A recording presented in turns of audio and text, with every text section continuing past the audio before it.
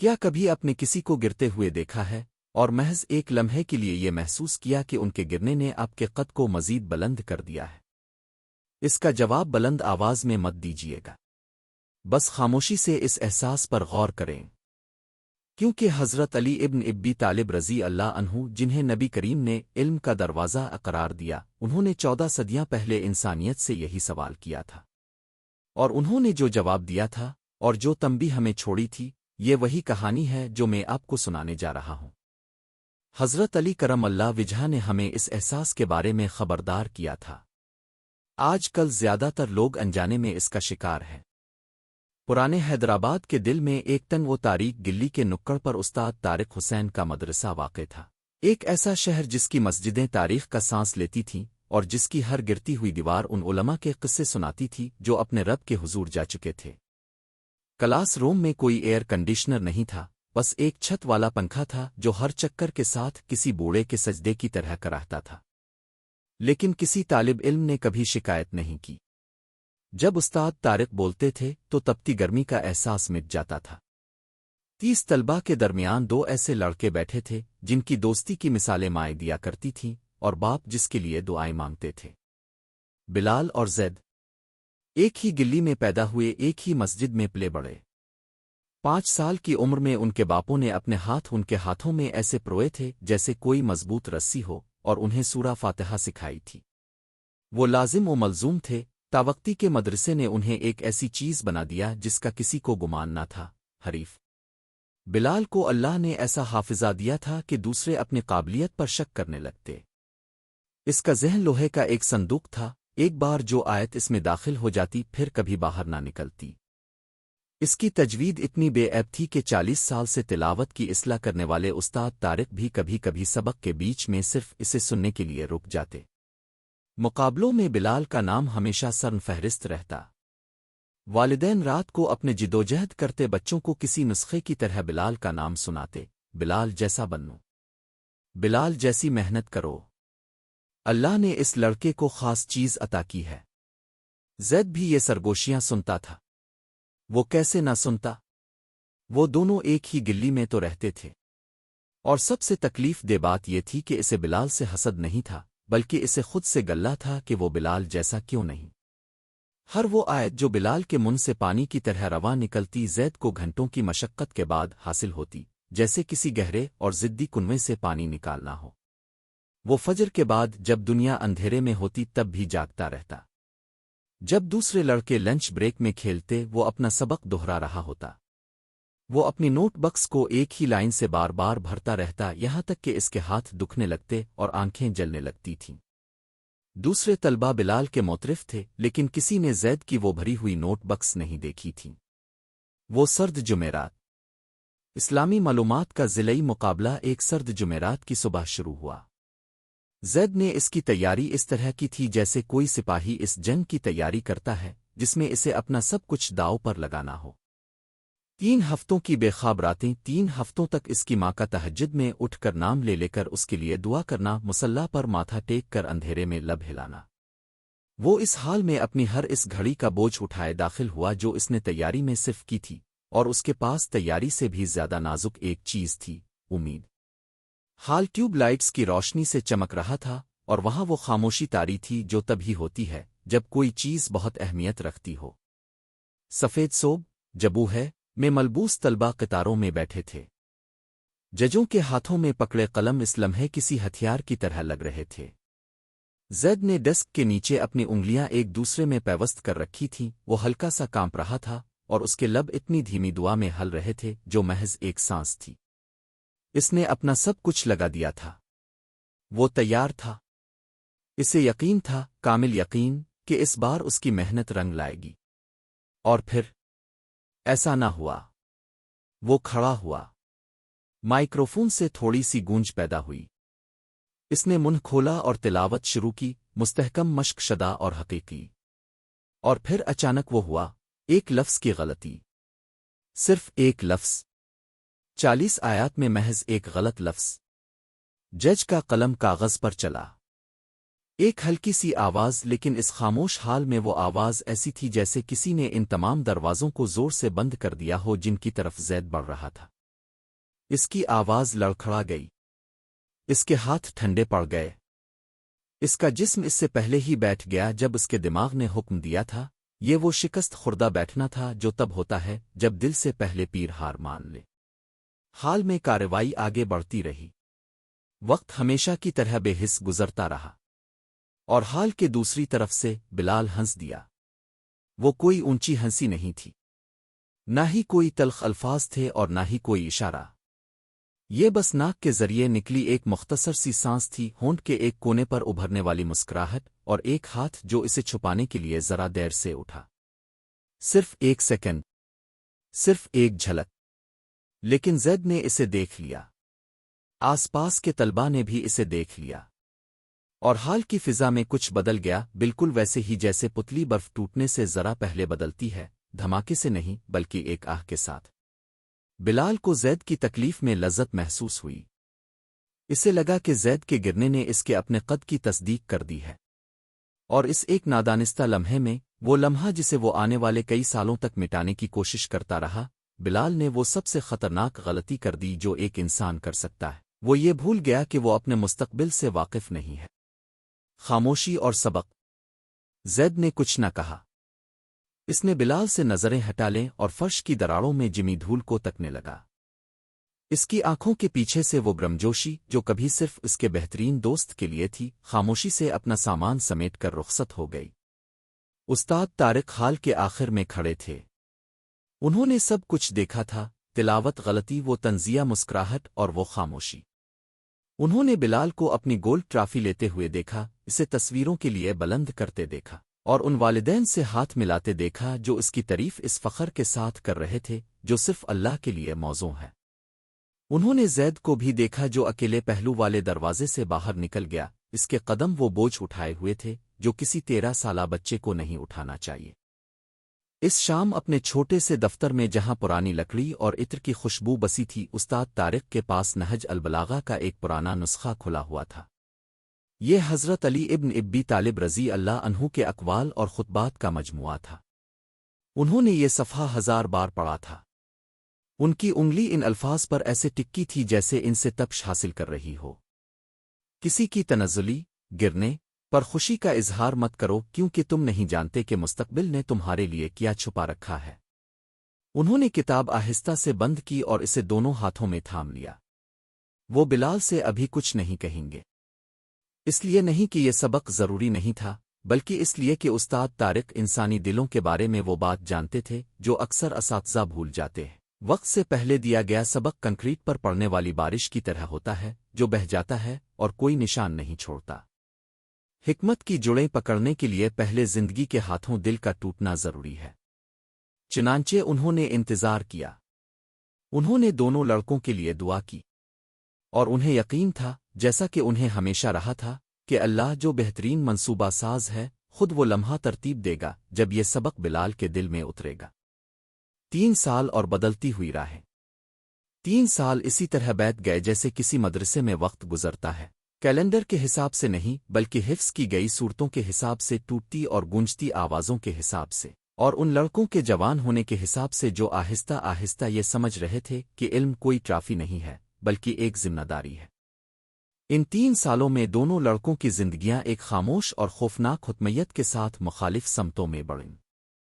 زید کی رفتار نہیں بڑھی لیکن اس کی گہرائی بڑھ گئی۔ اس نے ایسے سوالات پوچھنا شروع کر دیے جن پر استاد طارق اپنا قلم رکھ دیتے اور کرسی پر آگے جھک کر اسے سنتے۔ وہ فقہ کے پیچھے چھپی کیوں کے بارے میں پوچھتا، احادیث کے نیچے چھپی انسانی حالت کے بارے میں، اور ان مشکل ترین آیات میں پروئی ہوئی اللہ کی رحمت کے بارے میں سوال کرتا۔ اس کی نوٹ بکس اب محض اسباق کی نقل نہیں تھیں، بلکہ وہ متن کے ساتھ ایک مکالمہ بن چکی تھیں، اپنے ہی گمانوں سے بحث اور ایک ایسے ذہن کا ریکارڈ جو اب واقعی سوچنا سیکھ رہا تھا۔ وہ اس سکون کے ساتھ نماز پڑھتا جیسے کوئی ایک بار ٹوٹا ہو مگر اس نے اپنی اس ٹوٹ پھوٹ کو تلخی میں نہ بدلنے دیا ہو۔ اس نے اس صبر کے ساتھ مطالعہ کیا جو انسان تبھی سیکھتا ہے جب وہ ناکامی سے گزر کر یہ جان لے کہ صبر صرف انتظار کا نام نہیں ہے، بلکہ یہ ہر صبح دوبارہ شروع کرنے کے انتخاب کا نام ہے۔ دوسری طرف بلال کو یہ یقین ہونے لگا تھا کہ اس کی صلاحیتیں مستقل ہیں۔ وہ دیر سے آنے لگا، وہ سبق کے دوران استاد طارق کی اصلاح ایسے لہجے میں کرتا جس میں جستجو نہیں بلکہ اپنی نمائش ہوتی تھی۔ وہ سبق کے دوران ڈیسک کے نیچے اپنا فون چھپائے رکھتا۔ اس کی تیاری برائے نام رہ گئی تھی، کیونکہ اسے لگتا تھا کہ جب قدرتی ٹیلنٹ ہمیشہ کافی رہا ہے تو محنت کی کیا ضرورت۔ مقابلے کی وہ گولڈ ٹرافی گھر میں اس کے شیلف پر دھول چاٹ رہی تھی، لیکن اس کے ذہن میں وہ اب بھی چمک رہی تھی۔ وہ اب بھی وہی لڑکا تھا جس کے پاس سب کچھ تھا، بس اس نے یہ محسوس نہیں کیا تھا کہ کچھ چیزیں خاموشی سے اس کے ہاتھ سے پھسلنا شروع ہو گئی ہے۔ وہ فیصلہ کن لمحہ۔ پھر ریاست کی سطح پر اسکالرشپ کا امتحان آیا، جو اس خطے کا سب سے معتبر امتحان تھا، ایسا امتحان جو ایک نوجوان طالب علم کی زندگی کا رخ بدل دیتا تھا۔ یہ محض حافظے کا مقابلہ نہیں تھا، یہ فہم و ادراک کا تقاضا کرتا تھا، یہ صلاحیت کہ اپنا صرف یہ بتائیں کہ متن کیا کہتا ہے، بلکہ اس کا مطلب کیا ہے، یہ اہم کیوں ہے، اور یہ 14 صدیوں کا سفر طے کر کے آج کے انسان کے سینے میں کس طرح زندہ اور سلامت پہنچتا ہے۔ اس کے لیے اس صبر کی ضرورت تھی جو بلال نے کبھی پیدا ہی نہیں کیا تھا۔ جمعرات کی دوپہر نتائج آویزاں ہوئے۔ طلبہ نوٹس بورڈ کے گرد جمع تھے، انگلیاں فہرست پر دوڑ رہی تھیں اور سانسیں رکی ہوئی تھیں۔ اسکالرشپ کی فہرست میں سب سے اوپر صاف کالی سیاہی میں ایک نام درج تھا۔ وہ بلال کا نام نہیں تھا۔ بلال نے ایک بار پڑھا، پھر دوسری بار، پھر تیسری بار، جیسے الفاظ شاید خود کو بدل کر کوئی اور سچائی پیش کر دیں، مگر ایسا نہ ہوا۔ وہ ہجوم سے پیچھے ہٹ گیا۔ وہ صحن میں گیا اور پرانے فوارے کے پاس اسی پتھر کے بینچ پر بیٹھ گیا جہاں 3 سال پہلے اس مقابلے کے بعد زید بیٹھا تھا، ہاتھ جڑے ہوئے اور نظریں زمین پر۔ بلال بالکل وہیں بیٹھا جہاں زید بیٹھا تھا۔ اس نے فرش کی دراڑوں میں اسی دھول کو تکا جس کو زید نے تکا تھا۔ اسے بالکل وہی محسوس ہوا جو زید کو ہوا تھا۔ بینچ وہی تھی، خاموشی وہی تھی، اور احساس وہ بھی وہی تھا۔ مغرب کی اذان پرانے شہر کی چھتوں پر کسی زندہ وجود کی طرح ابھری۔ مؤذن کی آواز شام کی ہوا میں بلند ہوتی میناروں سے لپٹتی اور گلیوں کوچوں سے ہوتی ہوئی مدرسے کے صحن تک پہنچی، اور وہاں ایسے ٹھہر گئی جیسے کسی نے کندھے پر ہاتھ رکھ دیا۔ بلال نہ ہلا۔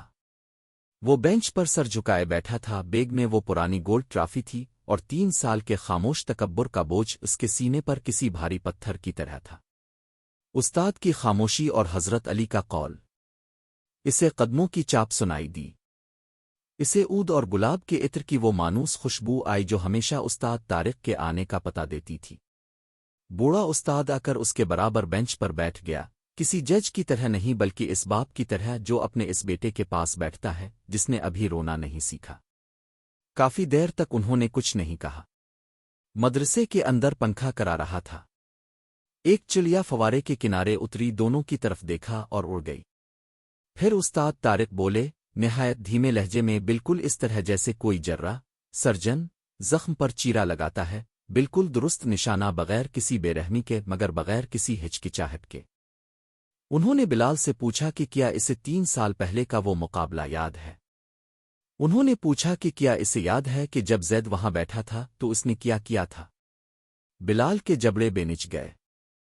اس نے فرش کے پتھروں کو تکنا جاری رکھا، اور ایک ایسی آواز میں جو بمشکل سنائی دے رہی تھی، اس نے وہ لفظ ادا کیا جو 3 سال سے اس کے حلق میں ایک بوجھ بن کر اٹکا ہوا تھا، میں ہنسا تھا۔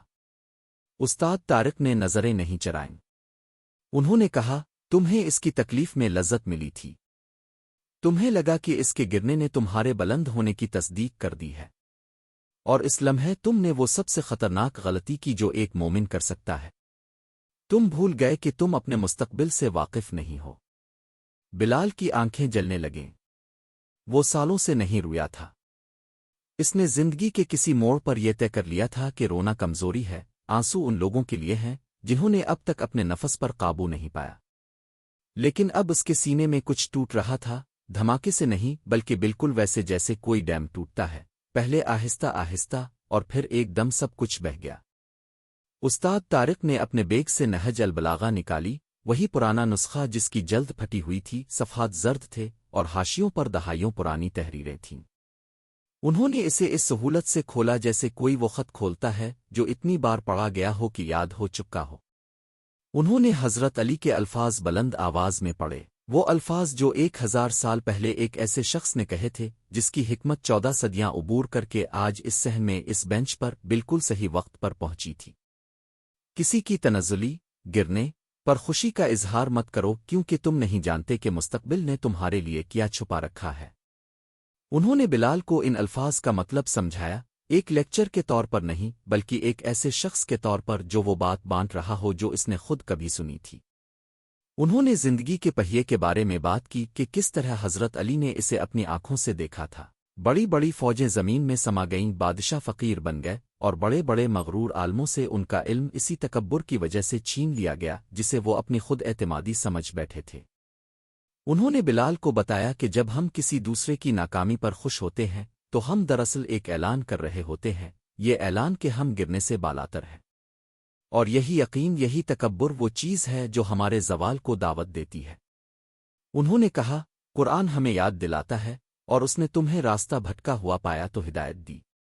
ہم میں سے ہر ایک کو پایا گیا، ہدایت دی گئی، اس لیے نہیں کہ ہم اس کے حقدار تھے، اس لیے نہیں کہ ہمارا حافظہ تیز تھا ہماری تجوید خوبصورت تھی، بلکہ اس لیے کہ اس نے چاہا۔ تمہارا یہ تحفہ، تمہارا حافظہ، تمہاری آواز، اس علم کے ساتھ تمہاری آسانی، کیا یہ تم نے بنائی تھی؟ کیا تم نے اسے عدم سے حاصل کیا تھا؟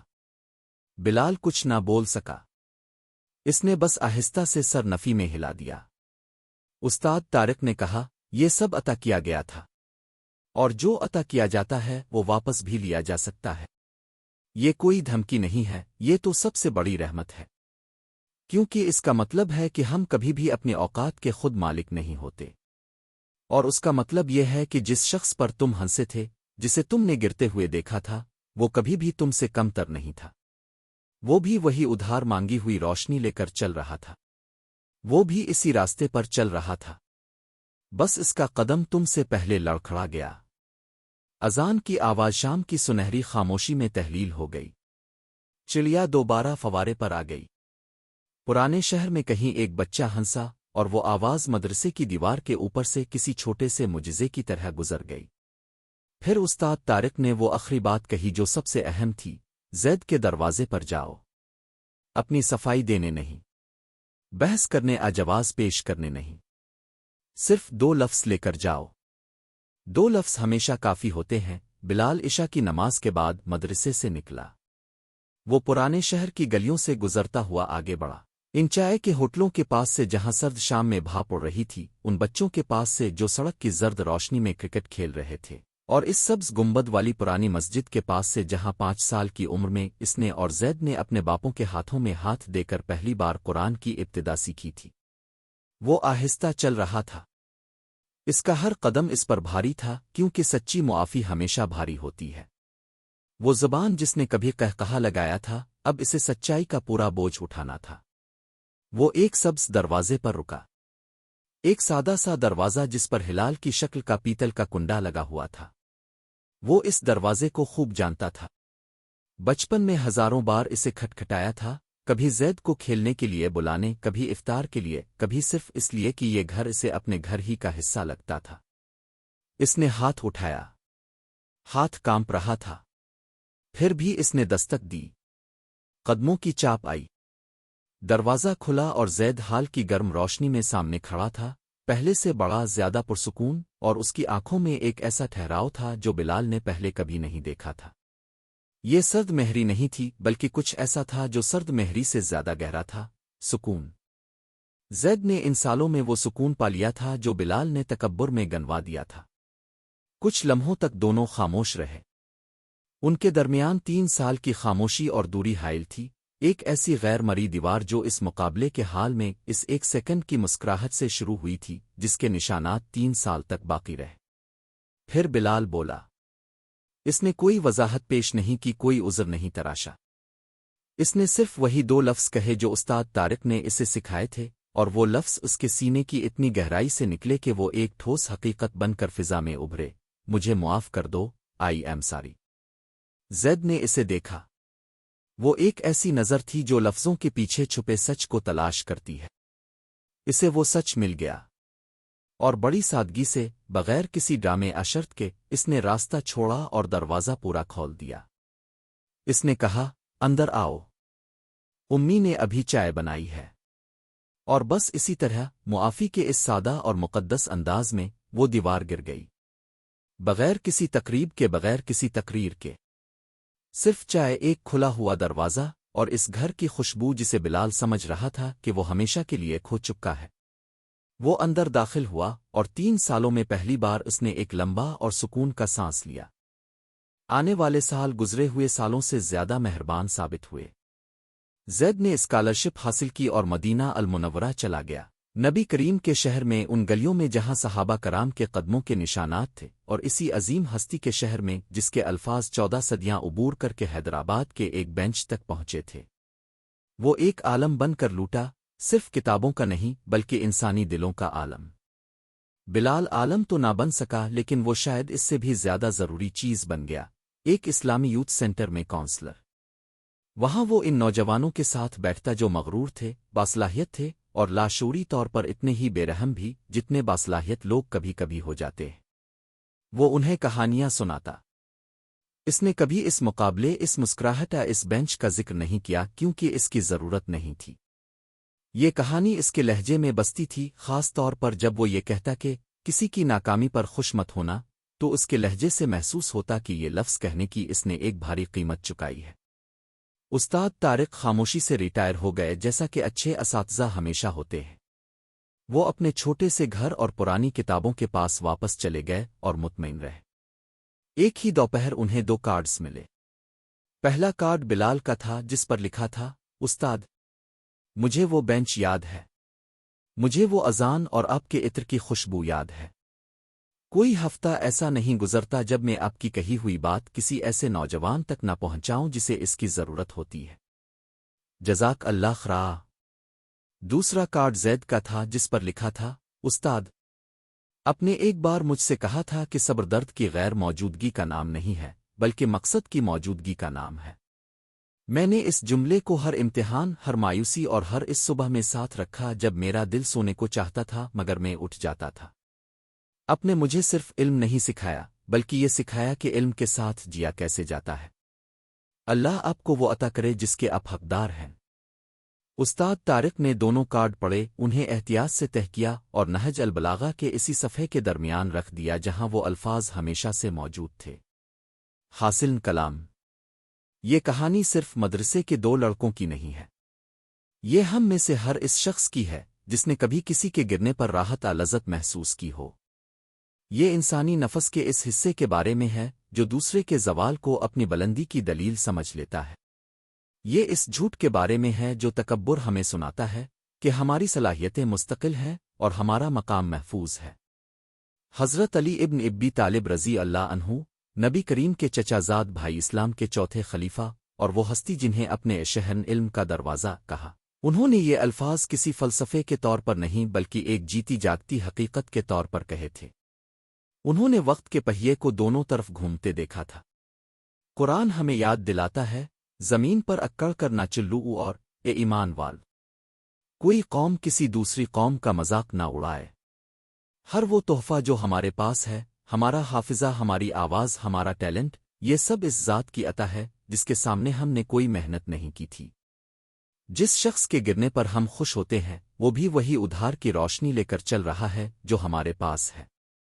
جب ہم اس کے لڑکھڑانے کا مذاق اڑاتے ہیں تو ہم اس زمین پر کھڑے ہو کر ایسا کر رہے ہوتے ہیں جو ہم نے خود نہیں بنائی۔ ہم بھول جاتے ہیں کہ جس خدا نے ہمیں کھڑا رہنے کی سکت دی ہے، وہ کسی بھی لمحے اسے واپس لے سکتا ہے۔ کسی کے زوال پر خوشی کا اظہار مت کرو، اس لیے نہیں کہ وہ آپ کی ہمدردی کا مستحق ہے، بلکہ اس لیے کہ آپ اپنی عزت نفس کے مستحق ہیں، اور اس لیے کہ آپ کو نہیں معلوم کہ مستقبل نے آپ کے لیے کیا چھپا رکھا ہے۔ ہم میں سے کوئی نہیں جانتا، اور یہ کوئی دھمکی نہیں بلکہ ایک رحمت ہے، کیونکہ اس کا مطلب ہے کہ واپسی کا دروازہ ہمیشہ کھلا ہے، ان کے لیے بھی اور ہمارے لیے بھی، اور میری توفیق تو اللہ ہی کی مدد سے ہے۔ سورہ ہود 11:88۔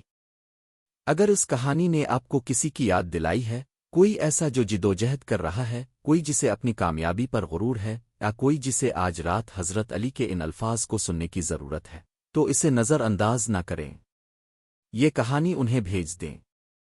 آپ کا یہ ایک بار شیئر کرنا شاید وہی سبق ثابت ہو جس کا وہ انتظار کر رہے تھے، اور اگر اس کہانی نے آپ کے دل کو چھوا ہے تو نیچے کمنٹ میں صرف ایک لفظ لکھیں، بینچ بینچ۔ آئیے دیکھتے ہیں کہ ہم میں سے کتنے لوگ زندگی کے کسی